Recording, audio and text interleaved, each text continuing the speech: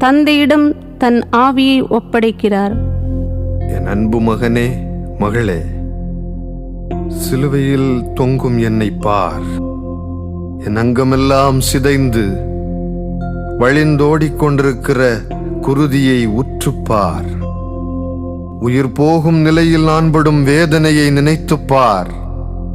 ஆணிகளால் அறைந்து என்னை தொங்கச் செய்ததால் நான் படுகின்ற அவதியை கூர்ந்து பார்.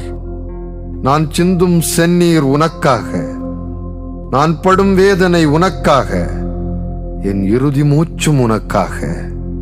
நண்பனுக்காக உயிரையும் தருவதுதான் மேலான அன்பு.